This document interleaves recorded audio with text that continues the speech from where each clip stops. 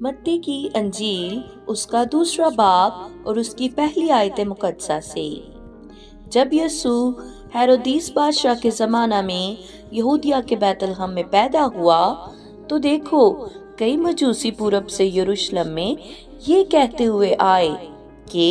यहूदियों का बादशाह जो पैदा हुआ है वो कहाँ है, क्योंकि पूरब में उसका सितारा देखकर हम उसे सजदा करने आए हैं। ये सुनकर हेरोदीस बादशाह और उसके साथ यरूशलेम के सब लोग घबरा गए, और उसने कौम के सब सरदार काहिनों और फकीहों को जमा करके उनसे पूछा कि मसीह की पैदाइश कहाँ होनी चाहिए। उन्होंने उससे कहा, यहूदिया के बैतलहम में, क्योंकि नबी की मार्फत यूं लिखा है कि ए बैतलहम यहूदा के इलाके, तो यहूदा के हाकिमों में हर के सबसे छोटा नहीं, क्योंकि तुझ में से एक सरदार निकलेगा जो मेरी उम्मत इस्राएल की गलाबानी करेगा। इस पर हेरोदीस ने मजूसियों को चुपके से बुलाकर उनसे तहकीक की कि वो सितारा किस वक्त दिखाई दिया था, और ये कहकर उन्हें बैतलहम को भेजा कि जाकर उस बच्चे की बाबत ठीक ठीक दरियाफ्त करो, और जब वो मिले तो मुझे खबर दो ताकि मैं आकर उसे सजदा करूं। वो बादशाह की बात सुनकर रवाना हुए, और देखो जो सितारा उन्होंने पूरब में देखा था वो उनके आगे आगे चला, यहाँ तक कि उस जगह के ऊपर जाकर ठहर गया जहाँ वो बच्चा था।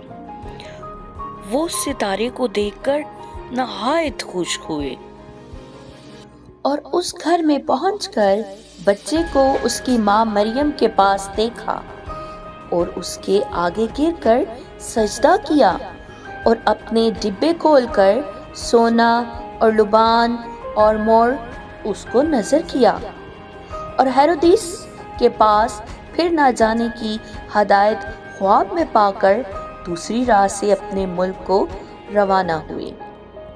जब वो रवाना हो गए तो देखो खुदावन के फरिश्ता ने यूसुफ को ख्वाब में दिखाई देकर कहा, उठ बच्चे और उसकी माँ को साथ लेकर मिस्र को भाग जा, और जब तक कि मैं तुझसे ना कहूँ वहीं रहना, क्योंकि हेरोदीस इस बच्चे को तलाश करने को है ताकि इसे हलाक करे। बस वो उठा और रात के वक्त बच्चे और उसकी माँ को साथ लेकर मिस्र को रवाना हो गया, और हेरोदीस के मरने तक वहीं रहा, ताकि जो खुदावन ने नबी की मार्फत कहा था वो पूरा हो कि मिस्र में से मैंने अपने बेटे को बुलाया।